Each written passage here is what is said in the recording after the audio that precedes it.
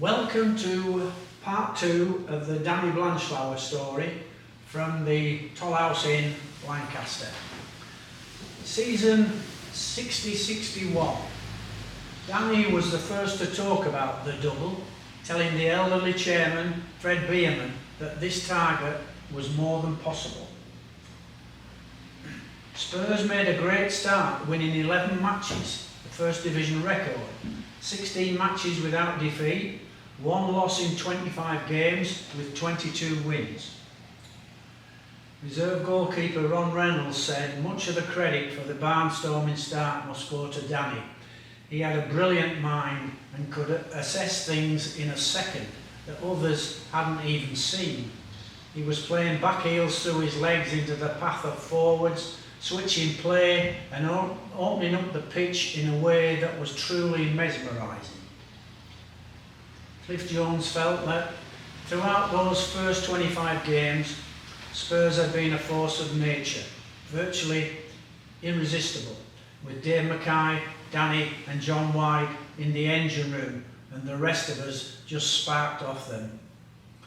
Now Bill Shankly, the great Bill Shankly, always said football is like playing a grand piano. You need 8 men to carry it and 3 to play the damn thing. Mackay, Blanchflower and White could play the damn thing, and that trio has never been bettered in over 60 years since.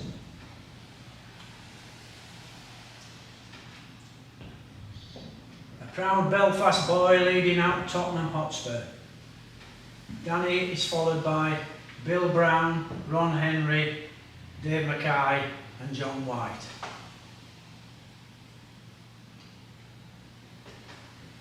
Up for the FA Cup. With the league almost in the bag, the focus turned to the Cup. Charlton, Crewe and Aston Villa were brushed aside in the early rounds, and Sunderland at Roker Park was the 6th round hurdle. Roker Row is no more, but in 1961 it was still a fearsome prospect. But Spurs settled, took control and led 1-0 at half-time. Then Sunderland forced a corner and all hell broke loose, as Danny recalled. I've never seen such excitement as I did that day. The noise was unbearable. I couldn't feel my senses, clear my thoughts or concentrate because of the shrieking din which chewed away at our bonds of self-confidence. 3 corners, and in the frothing panic the ball was smashed into the net. So I called the team together. Keep your heads. We don't want that scenario in our goal mouth again. The game ended 1-1 and Spurs won the replay 5-0 with Mackay, Smith, Allen and 2 from Terry Dyson hitting the net in front of 65,000 fans. Now for the semi-final. Villa Park beckons. Spurs, after a struggle in the early exchanges, gradually exerted their authority and clinched a place at Wembley with a 3-0 victory over all rivals Burnley. Having achieved their goal, they returned to league chores with renewed vigour and reeled off 5 straight wins to win the title on April 17th, winning their first championship in 10 years, and had done so in the grand manner which the great Arthur Rowe had instituted a decade earlier, but Arthur never got any credit for the fabulous double. Danny had been the inspiration, pulling the strings, bringing everyone into the game, and now all that was left was to win the FA Cup.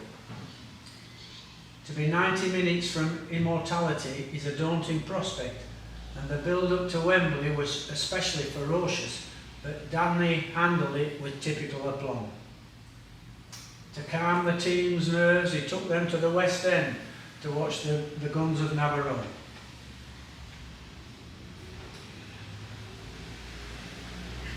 Monty meets the Duchess. Bill Nicholson took the team meeting and at the end asked if anyone had something to say.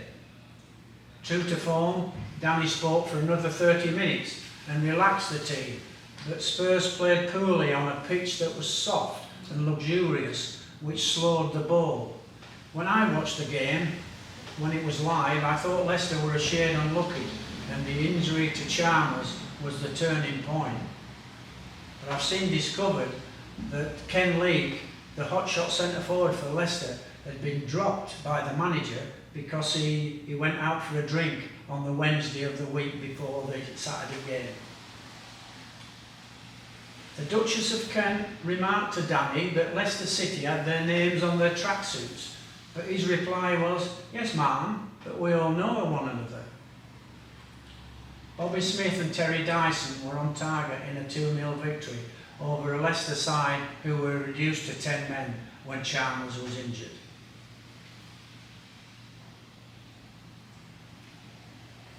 More challenges ahead. For all that the double was a fantastic team achievement, that team, including players, manager, club officials and fans alike, the embodiment of Tottenham's triumph was Danny Blanchflower, a fact recognised when, of all the great players on show at Tottenham, Danny was the one selected as Footballer of the Year once more. The visionary who had chased the double now had the chance to take his philosophy to the continent once more, for there was yet more new ground to be broken. No English club had ever won a European trophy.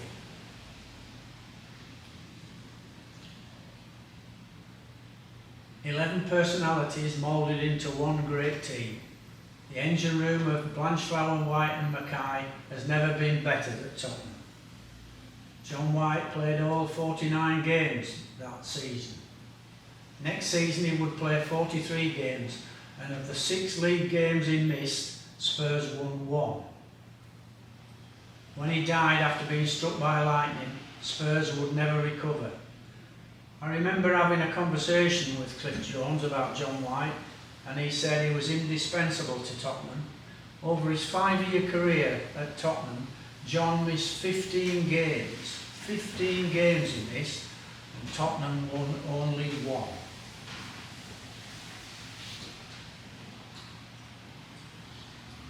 Toronto City, Canada. The back row, there's Alan Morton, Jackie Moody, Stan Matthews, a fella called Smart, Tommy Younger, Ashbury, McGlennon, Roy Gratrix. The front row you see Johnny Haynes, Cyril Robinson, who played for Lancaster City with Stan Mortensen, Danny and Mr Gross, who organised the tour, Caldwell, Harvey and Morgan. Stanley Matthews said, "Danny was far and away the best captain I ever played with, a great leader and a great football mind." Johnny Haynes commented, "Danny was captain of our side and introduced many great ideas. Thankfully he didn't have to seek permission from the manager." They would return home to a very different culture. The maximum wage had been abolished.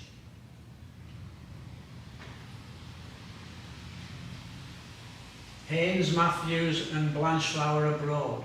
Surprisingly, given his workload, Danny chose not to have a summer break, but travelled to Canada for 10 weeks to try and encourage Canadians to play football.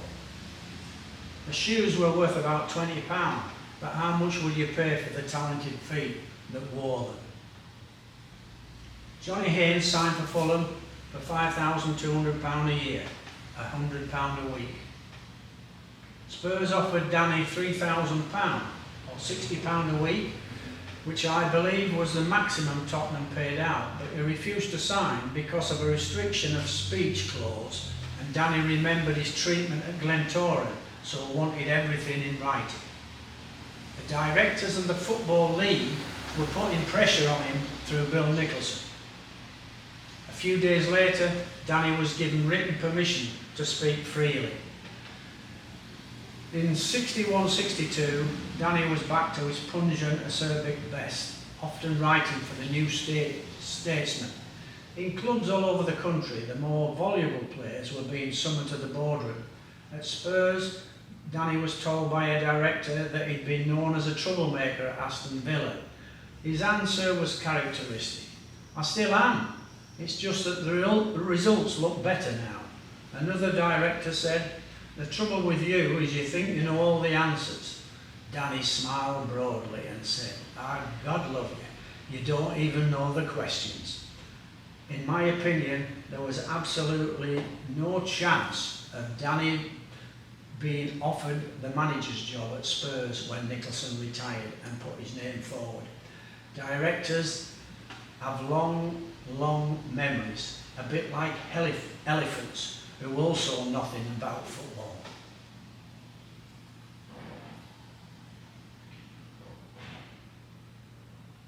What had Danny and Dave planned? One of the things they worked out was a little trick they had up their sleeves. Danny, instead of striking the penalty kick, would feign a shot, hoping the keeper, Adam Blanchflower, would dive and then he would tap the ball forward a foot or two. Once the keeper had dived, Dave would step forward and place the ball in the other corner of the net. It was pure theatre, but they decided to do it if Spurs got a penalty. They talked it through and both agreed to do it. Mackay said Danny was mad like that. Bill Nicholson would certainly not have approved it, and if we mucked it up, God forbid. Danny looked round for me with a manic grin on his face. The hand of history did not rest on my shoulders. It throttled me, and I ran back into our own half and kept running in case Danny chased me and dragged me back. That was what Dave Mackay said. And if you look at all those players in white shirts, you won't see anybody resembling Dave Mackay. He'd gone. Danny shimmied, sent Adam Blanchflower the wrong way and placed the ball in the back of the net. It was 3-1. Spurs had won the cup.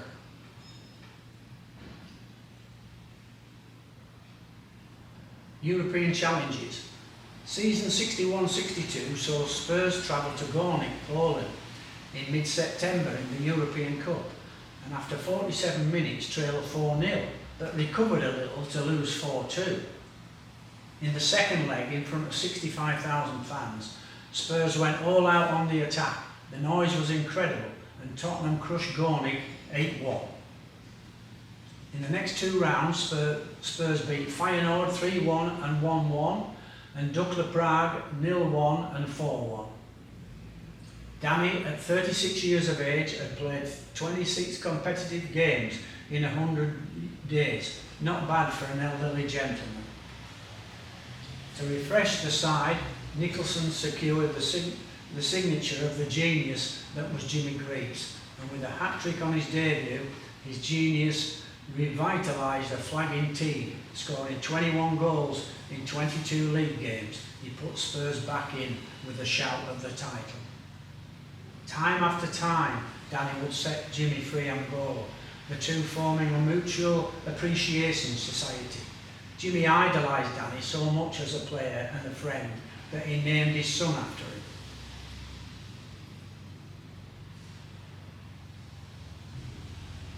Semi-final against Benfica of Portugal. Spurs lost the first leg 3-1, but had 2 goals disallowed. Bobby Smith given offside when he slotted the ball past 2 defenders who were on the goal line. At White Hart Lane, Spurs won 2-1. Danny Blanchflower and Bobby Smith scoring, Dave Mackay at the bar, and Jimmy Greaves had a goal disallowed. But Danny put the whole thing in perspective by saying, Spurs were not as unlucky as Man United in the European Cup. We lost the semi-final, but United lost a team containing irreplaceable, supremely gifted players. He also said it had been the greatest emotional experience of his soccer career. They finished third in the league behind champions Ipswich Town and Burnley, who they would face in the FA Cup final. Spurs beat Burnley 3-1, with Mackay rampaging through the midfield and Danny giving an imperious display, scoring a penalty to clinch the cup. Jimmy Greaves attempted to lift the dressing room tension by saying he would score in the 4th minute, but he scored in the 3rd minute, when Bill Brown drop-kicked the ball way beyond the centre circle, where Bobby Smith flicked the ball to his right. Danny missed only 3 games, playing in 47 games in total, at 36 years of age.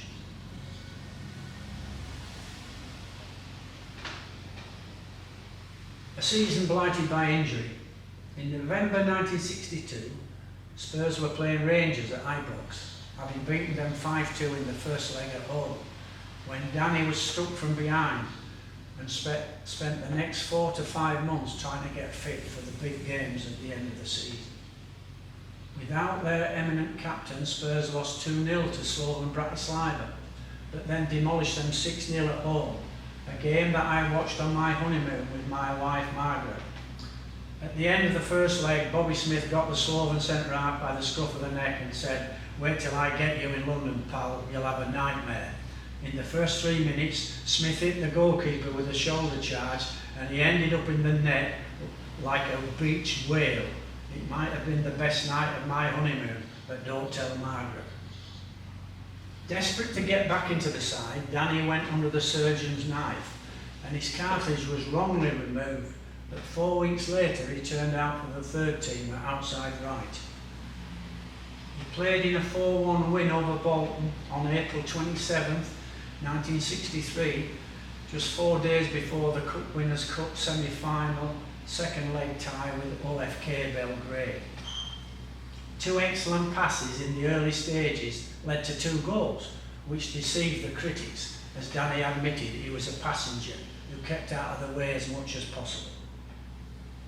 The Cup Winners' Cup was held in Rotterdam against holders Atletico Madrid, and Danny was very doubtful, but Dave Mackay was definitely out.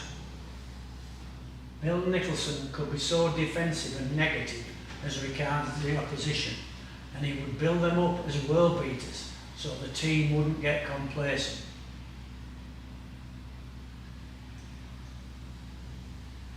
Danny turns the mood around. When Bill, the dour Yorkshireman, had finished building up Atletico Madrid, Danny stood up and said, "Wait a minute, Bill. They're most likely listening to their manager telling them about a big ugly centre-half who takes his teeth out and still bites you, a winger who's so quick he can catch pigeons, and a small, elusive forward who always scores goals, even with chains on his legs." Cliff Jones said we needed Danny to remind us that we were a great side. Maurice Norman said they were a very good side, but we just blew them off the park, we slaughtered them. Jimmy Greaves scored in the first few minutes from a Cliff Jones cross, and John White added a second. But Madrid scored from the penalty spot, so just after half time, and then Jimmy Greaves and Terry Dyson with 2 completed the route, 5-1.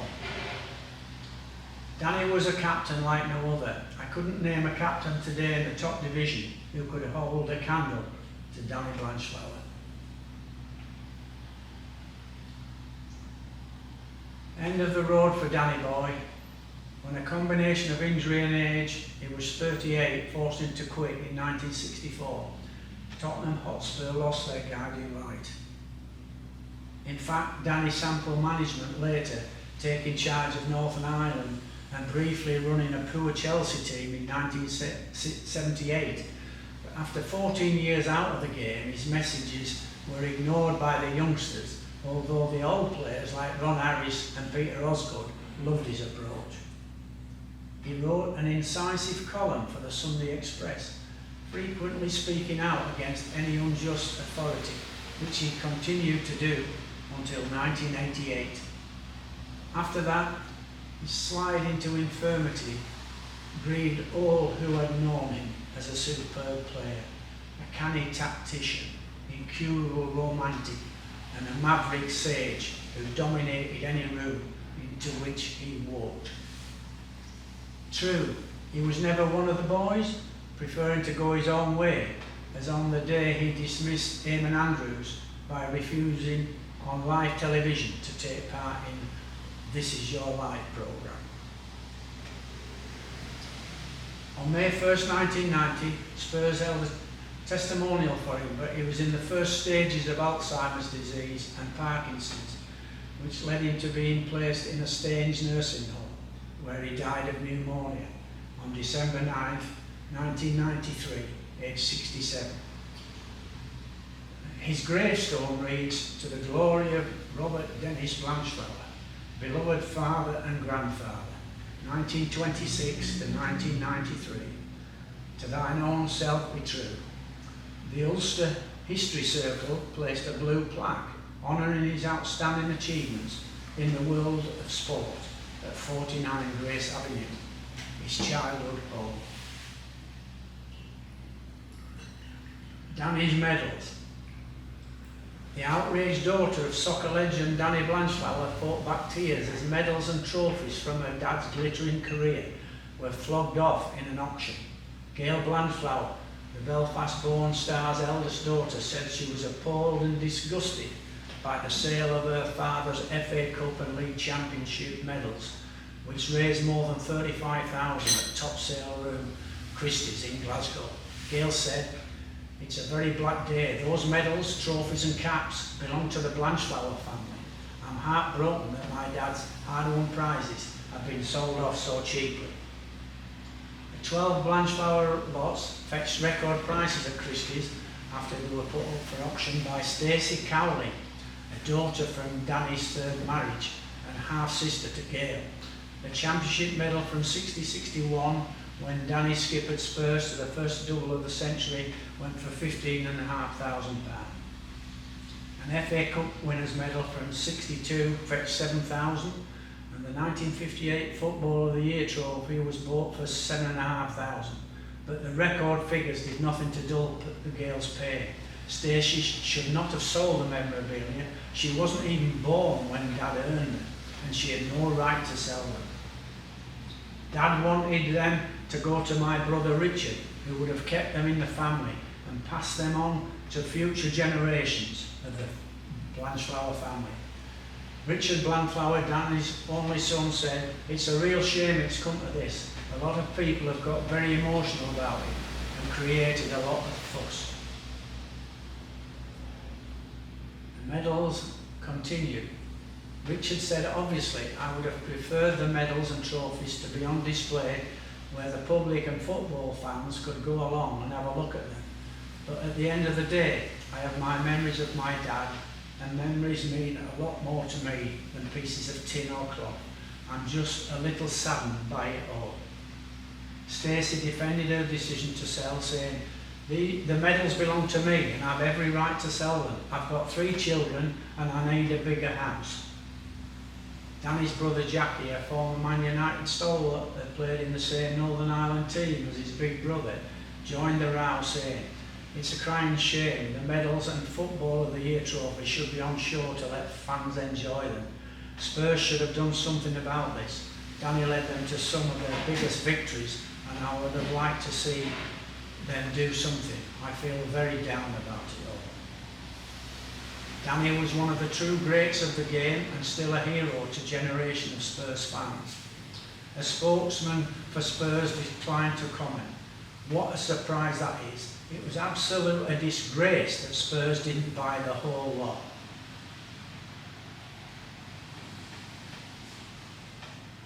August 15th, 1960, he was on Desert Island Discs. He picked Al Johnson, April Showers, The Breeze and I, Sleepy Time Girl, Drop of the Hard Stuff, Ronnie, Romance in E Flat, Stardust, Dearly Beloved, Over the Rainbow. But his luxury items were golf clubs and balls. Danny was driving off there in the photograph in the Professional Footballers Golf Championship at Fulwell in 1959. Thomas of Chesterfield and Billy Wright of Wolves are looking on.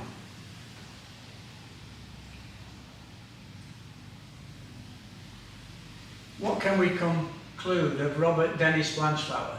Football has never found a character to match him for wit, invention, idiosyncrasies, eccentricities, or for self-belief in the greater glory of the game. A hard man to get to know, but a close and loyal friend, one who would not suffer fools and would try to educate the inexperienced. It's true that Danny was a football genius, not in the sense of Pele, but as a philosophical genius amid intellectual dwarves. It's not the sum of goals scored, points won, passes made, replica shirts sold, or executive boxes filled. It's about ordinary people celebrating the beautiful game. Seen from one end of his existence, his life with Tottenham and Northern Ireland was a triumphal procession. At the other end, with Chelsea and Northern Ireland, a faltering tragedy. At the end of each season, of the 92 clubs, only a dozen will have achieved something concrete. A cup, promotion, a place in Europe, the rest will simply have played 50-odd games of football. British football needs a Danish Blanchflower now more than ever, but the pity of it is, it wouldn't know what to do with it.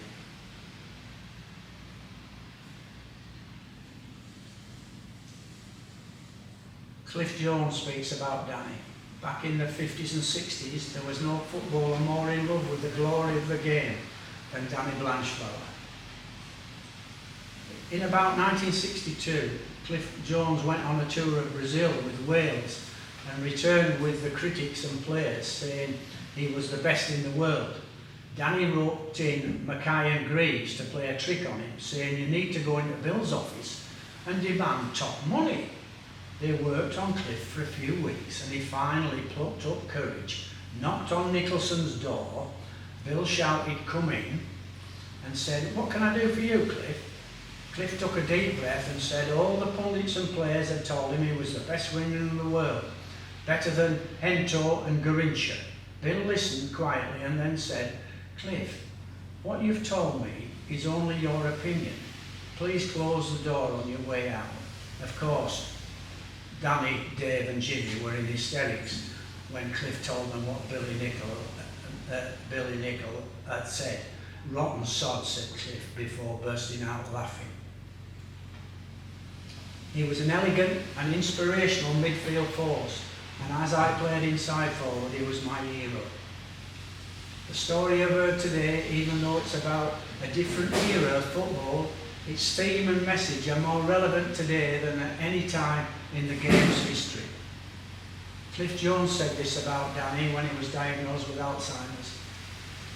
"It was awful to see such a sparkling personality with so much presence just disappear. But when I remember him, it's with a smile. He used to play that way, saying, 'Football's a beautiful game,' and it was the way he always played it, the way he lived his life." The photo shows two of my favourite footballers in 1954, the first and last, signed by the great Arthur Rowe, Alf Ramsey and Danny Blanchflower. The final whistle blows, but I hope you enjoy hearing about Danny Blanchflower. And before you go, please subscribe and press the notification button.